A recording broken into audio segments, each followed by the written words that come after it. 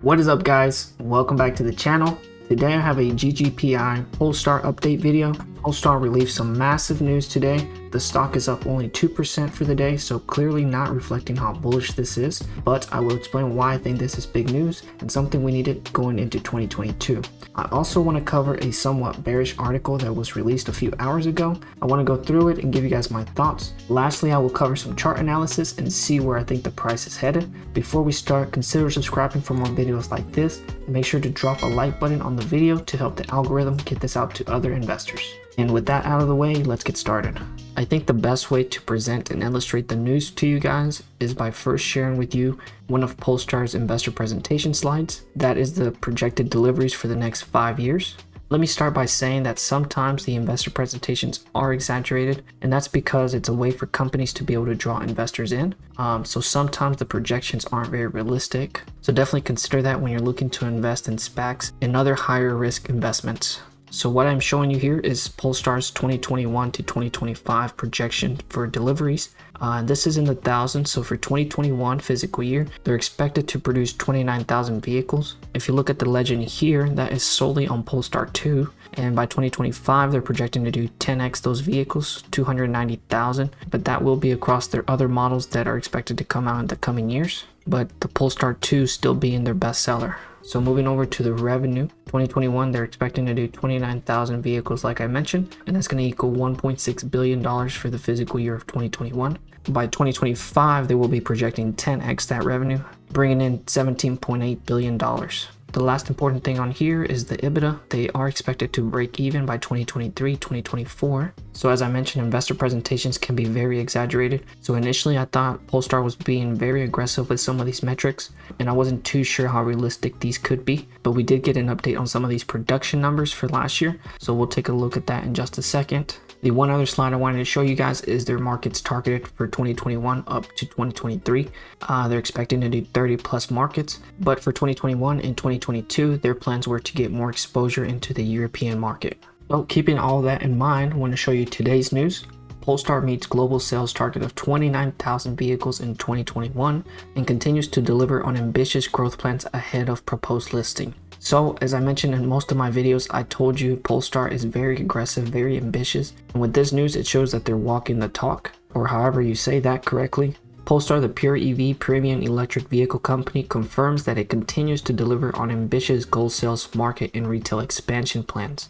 The company delivered on its global sales target of 29,000 vehicles in 2021, which represents a year-on-year growth exceeding 185% growth. That is huge, guys. As I mentioned earlier with the investor presentation, I did have a little bit of doubt with them being able to meet these numbers, but with them accomplishing this first milestone, it's showing that Polestar has a great management team, there's a high demand for their vehicles, and as an investor, it gives me a lot more confidence in the future of the company. Moving down a bit, Polestar increased its global presence from 10 to 19 markets in 2021, with growth in Europe and Asia Pacific. In the first half of 2022, Polestar plans to add Spain, Portugal, and Ireland to its European market, and then also enter the Middle East with presence in UAE, Kuwait, Israel. By the end of 2023, Polestar aims to be operating in at least 30 global markets. So just referring back to that marketing investor slide, today they announced that they were able to meet these goals, entering 19 markets in 2021. Quote from Polestar CEO, "We are delivering on our targets. It is a huge exciting time for the brand with new markets and models to support the ambitious growth plans we have set for ourselves. Thanks to the relentless dedication of Polestar employees across the globe, we are progressing with confidence towards our proposed public listing." Polestar's head of sale also added, with strong new market launches and the fantastic reception of an expanded Polestar 2 model lineup, we have seen interest in Polestar and vehicle sales increase in all our markets. Our order intake is strong, and we are looking forward to further growth in our sales volume again in 2022.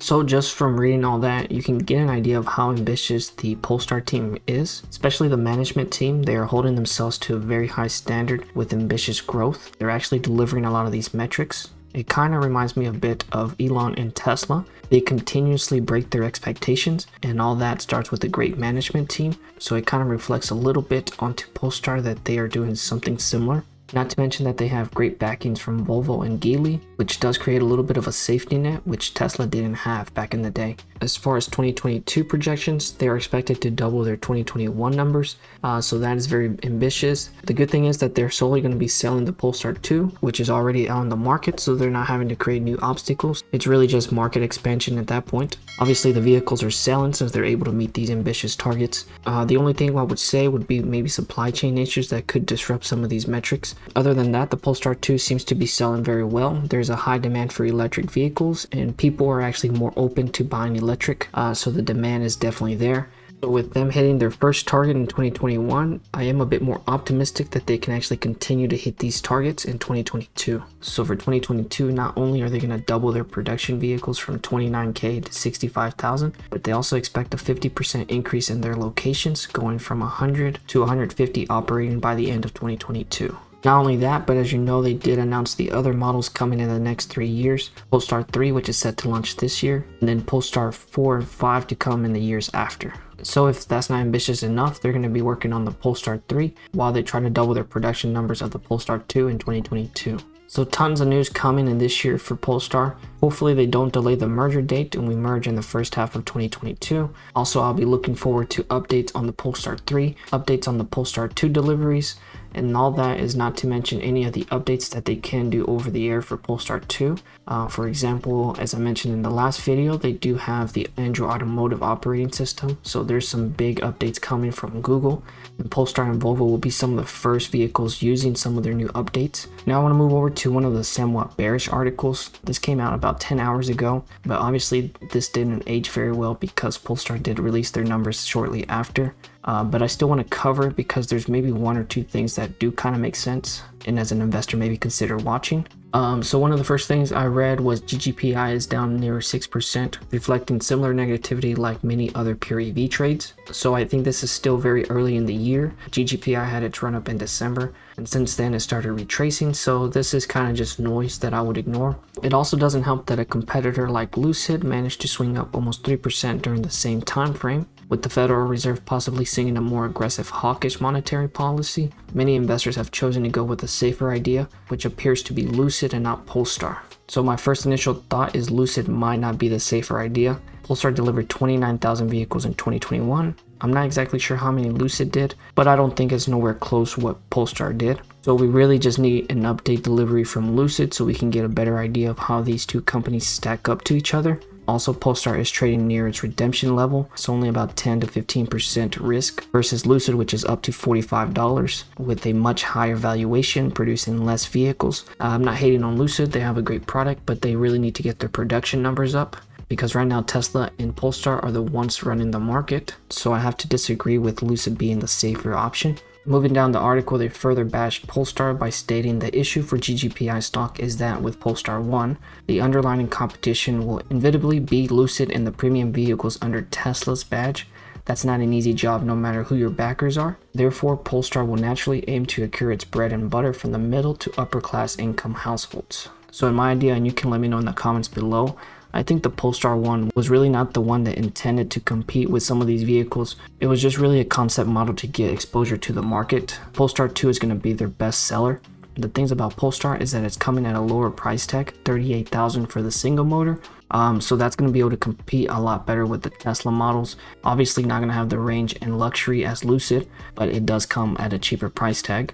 And the thing about the Polestar 2 is that it's a fastback, so it kind of competes with all kinds of vehicles. It competes with the sedans because it's 4-door, but it also has the hatchback and a little bit of the ride height, so it does compete with the Model X. And this is just their second vehicle. So once they actually get the Polestar 3 out in production, then that's going to be competing with more of the SUV class, because the Polestar 3 will be more of a premium vehicle, including the latest Android Automotive operating system, better features, along with better performance specs. So at that point, the Polestar 3 can start competing with these premium vehicles, Tesla, Porsche, and possibly even Lucid. So for now, I don't think it's fair to consider the Polestar 1 or even the Polestar 2 as competition to the premium vehicles under Tesla and Lucid. Polestar's next model will be more of a direct competitor to these premium vehicles and still have the Polestar 2 to compete at a lower income class. The last thing from this article that I want to mention is they do have a point as far as pandemic and its downtrend economic impacts. So some of the supply chain issues, chip shortages could provide a potential backlog issue for GGPI.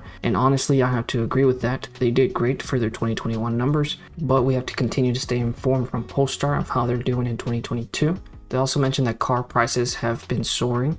The people who bought during the new normal are paying a hefty price. Also, the idea of EV makers convincing consumers to make the transition to electric is an incredibly tough sell. Many bought at premiums that will require years of ownership for purchase to make sense. So again, going back to the numbers, obviously there's a big demand for the electric vehicles, so this statement isn't very true. I think a lot more people are open to buying electric vehicles, and if you're going to be paying a hefty price for an iced used vehicle, you might as well buy a Polestar or one of the other electric vehicles, which in return will also save you on gas. The oil prices and gas have been going up tremendously, so as the pandemic goes behind us, more people will start going out, and so buying an electric vehicle at this point does seem like a better idea. Alright guys, we'll wrap up the video by looking at the chart. Volume for today and the last couple of days still isn't very high. We're trading around 3 million in volume daily, so we still need to get higher volume. The good thing is we are trading higher today, which could in return raise up the short borrowing interest. We are currently under 3% still for the short interest, so nothing dramatic, but as we get higher that will definitely increase as it becomes more risky for the shorts. So as I mentioned in our last video, we do have that possibility of a head and shoulders pattern. So right now we're kind of in the process of that. We really need to hold above 1160 or we could see the selling pressure and eventually form that head and shoulders. But for now we are looking good. We were trading around $11 last time. So in my opinion, we need to get back up above these weekly levels around 1180. And it would be okay to trade sideways as long as we trade above the resistance. And then we could eventually break back out with the main resistance being at the monthly at $11.95. Other than that, not much really else going on. We just need to get some more volume. Looking to get 8 to 10 million volume daily would be very good for the stock. Well guys, that is all I have for today. With the news today, Polestar definitely is becoming a lot more bullish in my opinion. Not saying that this will run up soon because I think a lot of people are still sleeping on it, but this news does help convince me that Polestar can become a very good long-term play. You guys let me know your thoughts in the comments below. I hope you guys found value in today's video. If you did, make sure to smash the like button and consider subscribing to the channel. I hope you guys have a great day. I will see you guys in the next video, and until then, keep moving forward.